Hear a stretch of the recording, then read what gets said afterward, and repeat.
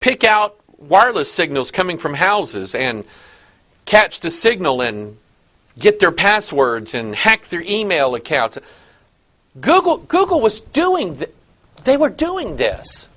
Google was. Why? Knowledge is power. Total awareness. We're going to know everything about everybody.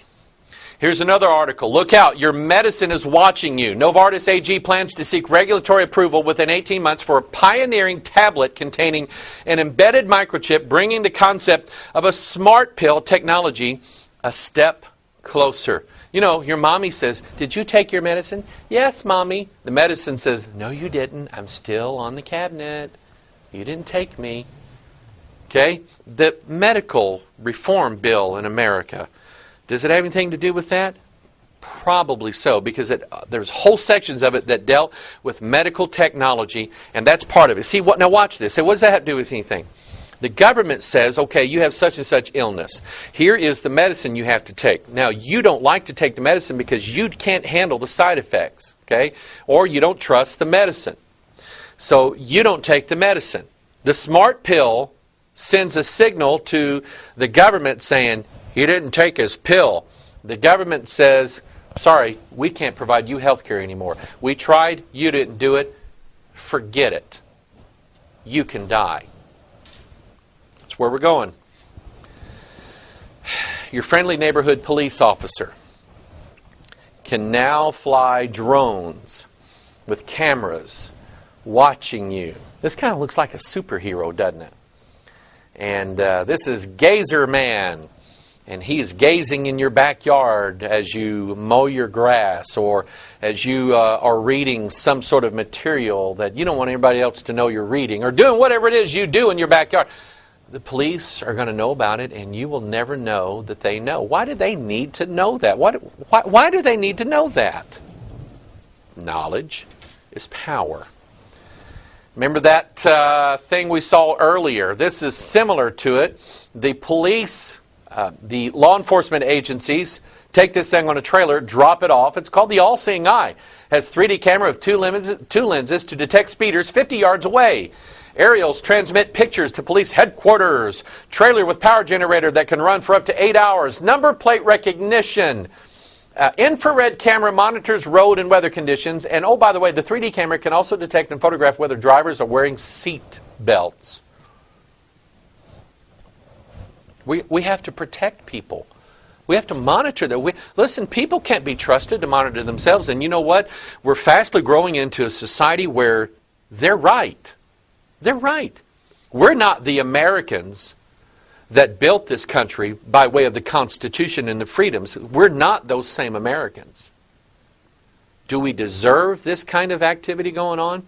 Probably so. For the most part, probably so. All recorded for us in the Scriptures. Here is In-Q-Tel. Remember we mentioned them a while ago?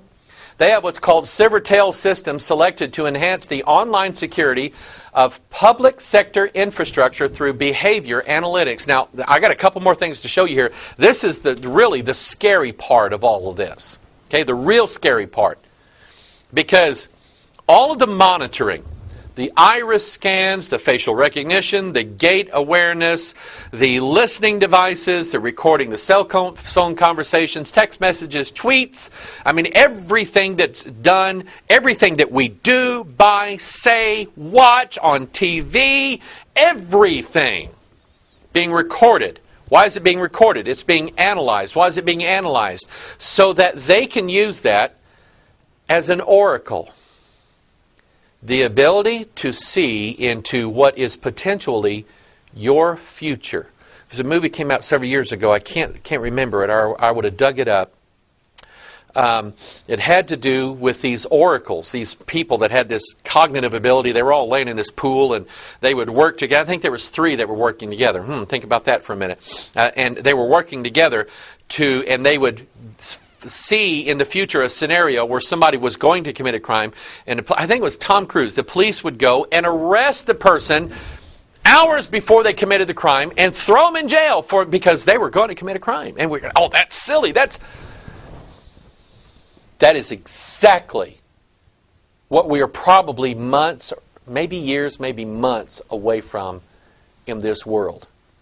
It says behavior analytics, algorithms and computer programs and deep blue computers that are doing nothing. They're not playing chess with Boris Spassky or anything like that.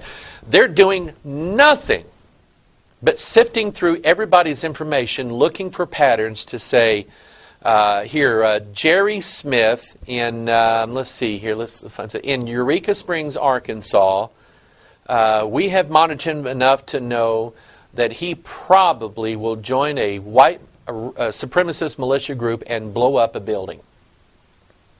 So they go get Jerry from Eureka Springs, Arkansas, and arrest him and detain him. Because the Patriot Act said that a terrorist, the government has a right to name them as a terrorist and detain them without writ of habeas corpus, without any proof from the government that they've done anything wrong, just on the suspicion that they might do it wrong. It's crazy. And it took, the death of 3,000 people, and a couple airplanes, and a couple buildings, and, It took all that stuff, but that's where we are. Last one, remote neural monitoring, a technology used for controlling the human brain. Neural monitoring. Remote. Now, stop right here. Someone who says they have ESP. Extrasensory perception. We see all these sci-fi things. On Star Trek, The Next Generation, Troy had the ability to sense people's feelings and how they were responding because she was an empath and she could read people's minds and all of this stuff. And boy, thank God we can't read one another's minds. But hang on. There are people throughout history who claimed through demonic impressions, claimed they have had the ability to read others' thoughts or read other people's minds to see what's going on inside of them. Okay? The spiritual science becomes modern science. Modern science, and we know this has been worked on for years. The government, MK Ultra program, and all this stuff, been working on the ability to read people's thoughts. TV shows like The Mentalist and Lie to Me and others where you have these people that are super sensitive to look at people's faces and tell whether they're lying. Judge Judy can kind of do it. I mean, she's got years of practice telling whether people are lying or not. Now we have this entire infrastructure set up that as you're walking down the street, they're going, we know exactly what you're thinking. And we think you are a threat to the new world order. You don't have the right DNA. You're thinking the wrong thoughts. Your eyes are looking the wrong way. You bought things that lead us to believe that you could be a threat. You see, the Bible's right. This Bible is so right. Okay? I'm opting out of the New World Order. I mean, I am. I'm not going to be part of it. I have a better world that is coming for me. Praise the Lord. But we're living in a time right now when this Bible that, some of you people say out there, oh, it's got mistakes in it, can't really be trusted. I'm telling you, we're living in a time right now where this Bible is more real and alive than it ever has been in Earth's history. Luke chapter 8, verse 17, for nothing is secret that shall not be made manifest, neither anything hid that shall not be known and come abroad.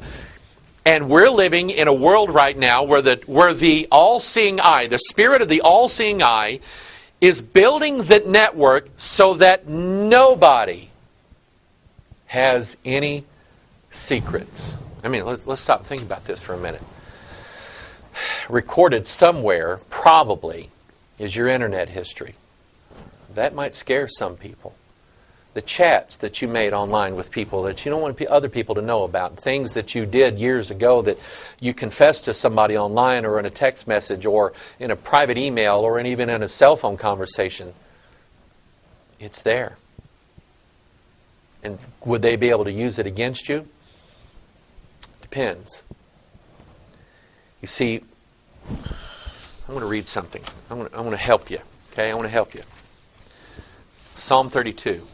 Visited with a pastor friend one time several years ago. He was having trouble in his church, and there were some people rising up in his church in rebellion against him. And they were he said, Mike, they're accusing me of all kinds of stuff that I didn't do. I mean, they're just